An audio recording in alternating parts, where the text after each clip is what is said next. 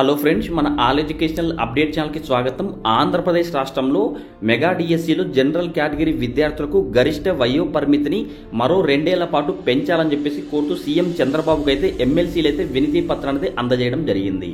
ఈ విధంగా వయో పరిమితిని పెంచాలనుకుంటున్న ప్రతి ఒక్కరైతే వీడియోను లైక్ చేయండి, దాంతోపాటు వీడియో క్రింద అయితే కామెంట్ చేయండి. అదేవిధంగా డిఎస్సిని రాష్ట్ర వ్యాప్తంగా ఒకే ప్రశ్నాపత్రంతో ఒకే విడతలో ఆఫ్లైన్లో నిర్వహించాలి.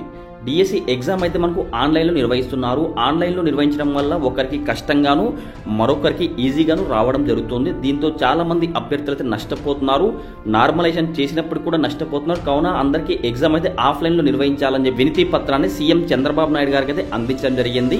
ఎగ్జామ్ అనేది ఆఫ్లైన్లో నిర్వహిస్తే బెటరా, ఆన్లైన్లో నిర్వహిస్తే బెటరా, మీరేమనుకుంటున్నారు? మీ అభిప్రాయాన్ని అయితే వీడియోను లైక్ చేసి వీడియో కింద కామెంట్ చేయండి. అదేవిధంగా ఇదివరకే డిఎడ్ కానీ బిఎడ్ కానీ పూర్తి చేసిన అభ్యర్థులు చాలా మంది టెట్ అయితే క్వాలిఫై కాలేదు. అలాంటి అభ్యర్థులు టోటల్ గా మనకు 2 లక్షలకు పైగానే అభ్యర్థులు అయితే ఉన్నారు. వీళ్ళందరికీ డిఎస్సికి అయితే ఎలిజిబుల్ అవుతున్నారు. కావున మరో టెట్ నోటిఫికేషన్ ఇవ్వండి అని చెప్పేసి వినతి పత్రం ద్వారా చెప్పడం జరిగింది.